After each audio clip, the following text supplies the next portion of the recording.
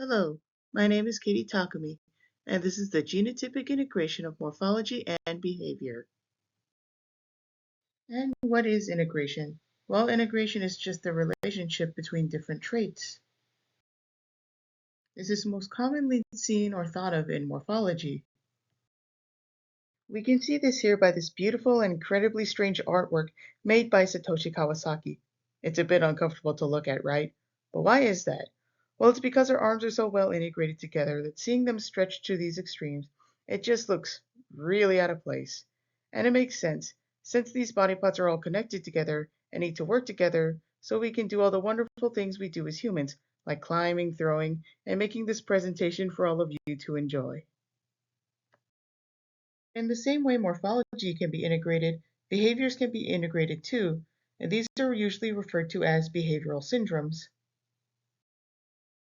Take, for example, a species I like to call scaredy cats, where we can see that one is shy and timid, while the other is incredibly aggressive and bold. And in the same way our arms are integrated together, so too can these behaviors be integrated together. These traits are often looked at in isolation, where we think morphology is connected to morphology and behavior is connected to behavior, and outside of the pace of life, not much cross-domain research is done. And this is really important because integration can affect the evolutionary potential of traits. Let's go back to the arm example, shall we? Let's say that as humans we want really long fingers for whatever reason. Well, we may end up with longer arms as well because these traits are integrated together. And if natural selection is like, yeah, that's cool, longer arms are great, this could potentially accelerate evolution as these two traits could pull each other along because they are both favored. But what happens if longer arms aren't favored? Well, that could potentially limit the evolution of these traits because they are now working against each other. But where does integration come from and how is it maintained? Well, there are two major hypotheses that try to explain this: the constraints hypothesis and the adaptive hypothesis. The constraints hypothesis suggests that relationships between traits are maintained by internal mechanisms like pleiotropy, meaning that we expect to see these relationships persist across different environments. Let's take, for example, this population of scaredy cats. If the constraints hypothesis holds true, then we expect to see the same relationship between traits and scaredy cats in another environment because what's maintaining them is internal. On the other hand, the adaptive hypothesis suggests that relationships between traits are maintained by external mechanisms like predation, meaning that we don't expect to see these relationships to persist across different environments. Let's take another look at this population of scaredy cats. If instead external factors like predation are maintaining the relationship of traits, then we expect to see these relationships fall apart in different environments, because where there were unfavorable trait combinations that were being taken out of the population before, it may not be so across different environments. For the purpose of our study, we are more focused on the constraints hypothesis, as we are interested in investigating the genetic integration of different traits. In order to investigate this, we collected crickets from 4 different populations across the southwest United States, as seen in this map here. We collected females from these 4 different populations and reared them in the lab, so we could then breed them in a full SIP, half SIP design. This way we can make a detailed pedigree because we would know the relatedness of each cricket. We know who's the mother, who's the father, who's the brother, sister, aunts, uncles, cousins, etc. We then collected the morphological and behavioral measurements across 3 generations. For the morphological and behavioral data, we collected the morphological and behavioral measurements from 965 individuals. For the morphological data, we collected linear measurements of the head width, pronotum length, femur length, and ovipositor length when applicable, as seen in the diagram here. For the behavioral data, we looked at exploration, response to predator cue, and risk-taking behaviors of each cricket.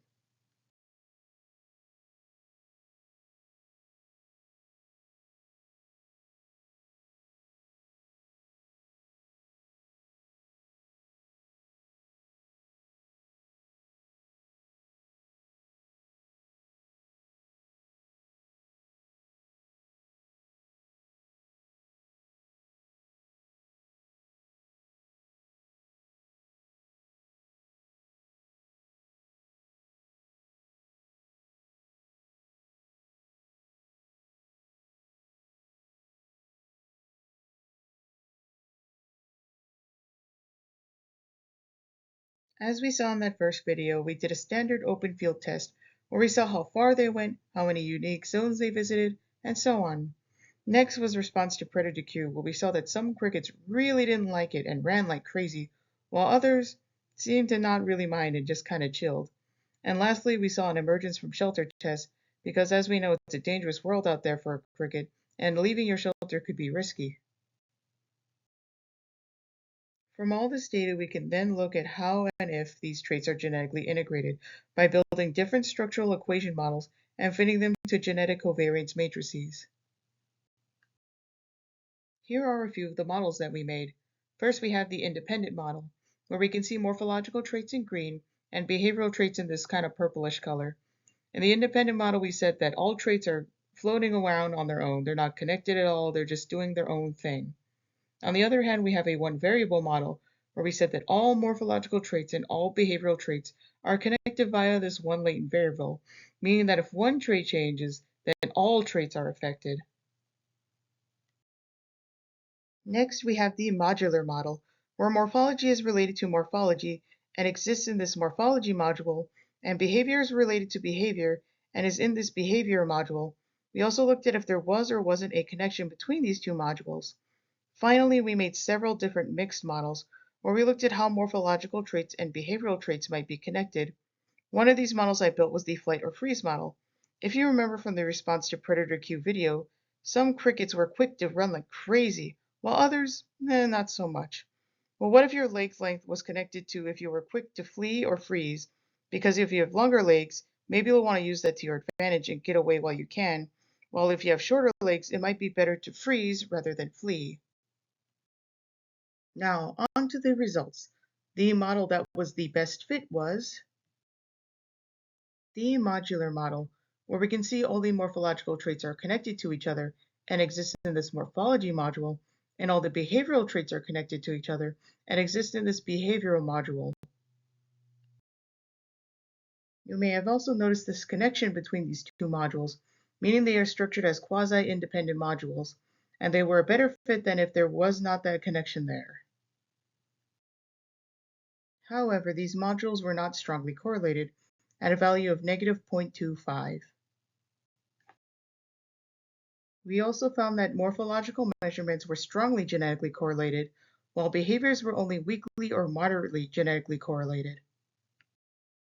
We can see this here where morphology is much more constrained than behaviors are, where if you're a bigger cricket, you're a bigger cricket, and if you're a smaller cricket, you're a smaller cricket. We also see that the constraints hypothesis is supported here, as we are looking at 4 different populations across 3 different lab-raised generations, and yet these correlations are all moving in the same direction. To conclude, our findings are: we found no support for strong connections between morphology and behavior, and we did find support for mostly independent modules of morphological traits and behavioral traits. And while these modules were connected, it wasn't a very strong connection, meaning that morphology and behavior can evolve largely independently of each other. As stated before with the graphs, we found support for the constraints hypothesis among traits. We also found that morphological evolution is much more constrained by genetic correlations among traits than behavioral evolution. For the future, we would like to extend our research into other behaviors and physiological and life history traits, because while we didn't find support for cross-domain integration in this study, that doesn't mean it couldn't exist in other traits that we simply didn't look at in this study. I'd just like to take a moment to thank my advisor, Ned Doctorman, as well as my lab mates, Shaker and Zach, for all their help and support. I'd also like to thank the many people who helped in collecting the behavioral data, because without them, this project would not have been possible. I would also like to thank the Change Ramp program for supporting me and the project, as well as the National Science Foundation for funding this project. While I am not sure if these posters are up, I hope you all have the chance to see them and support the members of the Doctorman Lab. Thank you so much for listening to my talk, and if you would like, you can use this QR code to view the poster I made on this project, as well as view any additional materials relating to this project. I hope you all have a nice day.